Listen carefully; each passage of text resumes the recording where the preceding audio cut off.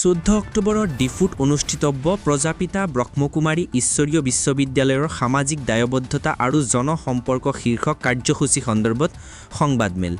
প্ৰজাপিতা ব্ৰহ্মকুমাৰী ঈশ্বৰীয় বিশ্ববিদ্যালয়ৰ ডিফু শাখাই 14 অক্টোবৰ সন্ধিয়া শাখাৰ ডিফু লামডিং পথ স্থিত শাখাৰ সভাগৃহত সামাজিক দায়বদ্ধতা আৰু জনসম্পৰ্ক শীৰ্ষক এক কাৰ্যসূচীৰ আয়োজন কৰিছে।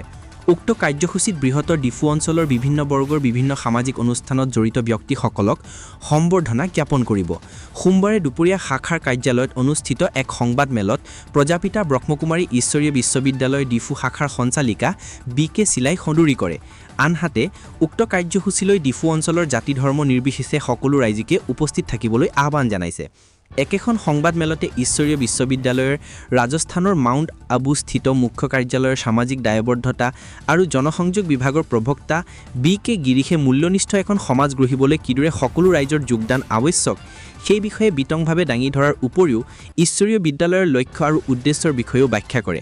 সংবাদমেলত BK গিৰিশে সাংবাদিকসকলৰ বিভিন্ন প্ৰশ্নৰ সাৱলীল উত্তৰ দিয়ে। ডিফুৰ পৰা সাইদুল ইছলামৰ ৰিপৰ্ট, পাব্লিক টিভি অসম।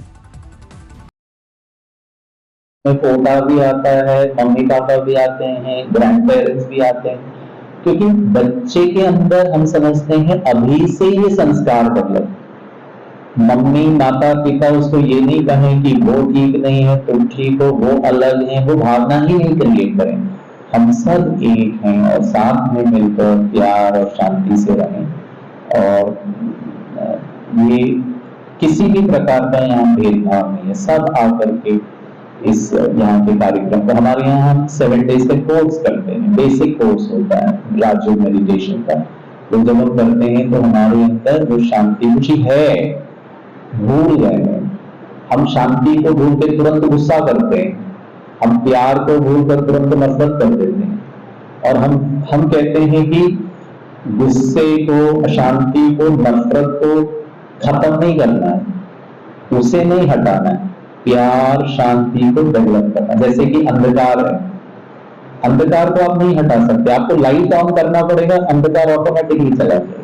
आप चाकू लेकर अंधकार को नहीं कट कर सकते, बॉक्सिंग ग्लव्स पहनकर अंधकार को नहीं पुश। आपको बस लाइट, मोबाइल का टॉर्च जला लेंगे ना तो उतना अंधकार दूर हो जाएगा। तो शांति का प्रकाश, प्रेम का प्रकाश को जलाना है, उसको डेवलप करना है। उसका बटन ऑन करेंगे ना ऑटोमेटिकली क्रोध, चिंता, भय निकल जाएगा। तो हम कहते परमात्मा शांति का सागर है, मैं आत्मा शांत स्वरूप हूँ, सदा वो जागती ज्योति जगे रहे और वो मेरे कर्म में आए। ऐसा नहीं भाषण किया और बहुत कुछ कर रहे हैं, लेकिन हमारे practical day to day life में आना चाहिए। तो कोई भी आ सकता है कल के कार्यक्रम में। और हमारे यहाँ का जो कोर्स है उसको भी, और ये निःशुल्क है, किसी को भी शांति सुख को प्राप्त करने के लिए 1 रुपया भी नहीं देना, क्योंकि वो मेरा अधिकार है, हर आत्मा का वो अधिकार है, वो यहाँ आकर के प्राप्त कर सकते। कोई भी फीस नहीं है मेडिटेशन सीखने का, सब भी आ सकते हैं, कभी भी आ सकते हैं।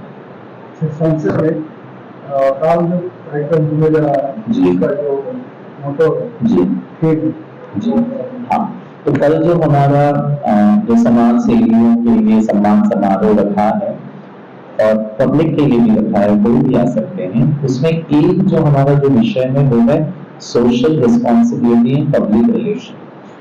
तो जो सोशल रिस्पॉन्सिबिलिटी होती है, हमारा रिस्पॉन्स की एबिलिटी 2 शब्दों से बना हुआ है। एबिलिटी माना शक्ति और उसको रिस्पॉन्ड करना। तो हमारे अंदर इतनी शक्तियां हो कि समाज में जो भी ऊपर नीचे चल रहा है उसके लिए हम ये नहीं कहें कि आप ठीक करें, आप सुधरें। सबसे पहले मेरी एबिलिटी हो कि मैं उसको बहुत पॉजिटिवली रिस्पॉन्ड करूं। तो इसमें हम 3 चीजें बताते हैं। एक हमारा रिस्पॉन्सिबिलिटी है स्वयं के प्रति। स्वयं के प्रति इसमें 2 चीजें आ गई, एक है शारीरिक स्वास्थ्य और एक है मानसिक स्वास्थ्य। तो मेरी ये जिम्मेवारी होनी चाहिए स्वयं के लिए कि मैं सिगरेट का सेवन ना करूं, शराब का सेवन ना करूं। अच्छा, ये तो जो बुरी चीजें हैं ये तो नहीं करना है, लेकिन समय पर सोना है, समय पर भोजन करना है, समय पर व्यायाम करना है। आज हम देखते हैं कभी कभी हमारे साथ भी ऐसे होता है, हम सारा दिन बिजी रहते हैं, रात को जब बेड में लेटते हैं तो मोबाइल चालू करते हैं, सोचते हैं यही टाइम है जी हमको कुछ देखने का, तो वो भी हेल्दी नहीं है क्योंकि आप नींद को डिस्टर्ब कर रहे हैं। तो शारीरिक और मानसिक स्वास्थ्य क्या, मैं मेरे जीवन में कुछ राइट एक्शंस जिम्मेदार, और मैं समझता हूं जो मैं ये कह रहा हूं हम सब जानते हैं, लेकिन एबिलिटी, शक्ति नहीं है उसको करने की, तो उसको कैसे डेवलप करें। दूसरा रिस्पॉन्सिबिलिटी हमारा दूसरों के प्रति, एक तो स्वयं के प्रति थोड़ा समय निकालें और मेडिटेशन करें, दूसरा दूसरों के लिए, जैसे मैंने अभी कहा, हर कार्य में दूसरों को शांति, गुणों का दान करना। हमारे पास थोड़ा धन है, हमने थोड़ा धन है, एक बच्चे को हमने एजुकेशन का दान दे दिया, लेकिन हर पल गुणों का दान, पति पत्नी, माता पिता, बुजुर्ग, सबके लिए जो भी हम करें बहुत प्यार और शांति से, तो गुणों का दान दूसरों की रिस्पॉन्सिबिलिटी हमारी है। जैसे भाई साहब ने कहा बहुत ज्यादा हिंसा और अशांति है, तो उसके लिए हम ये करें। और तीसरा बहुत इंपॉर्टेंट एक दान करना है, वो भगवान को देना है, और वो है अपने दुर्गुणों का दान।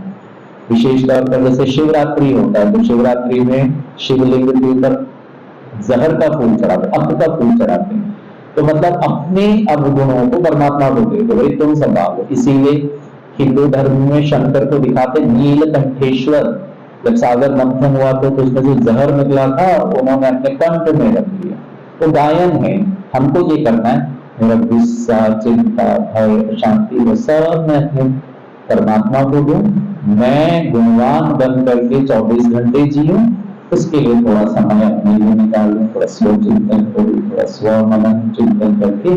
तो 3 रिस्पॉन्सिबिलिटी हम बताते, एक स्वयं के लिए, एक दूसरों के लिए और एक उसके लिए। भगवान को कुछ नहीं चाहिए, हमारा धन संपत्ति, भगवान कहता बच्चे ये सब तुम्हारा है, तुम सदा खुश रहो, शांत रहो, आनंदित रहो, शक्तिशाली हो सकते हो। तो ये रिस्पॉन्सिबिलिटी है, और उसमें सब आ जाता है, चाहे सड़क नियमों का पालन करना हो, पानी की बचत करना हो, बिजली की बचत करना, ये सब हमारा सोशल रिस्पॉन्सिबिलिटी में आ जाए।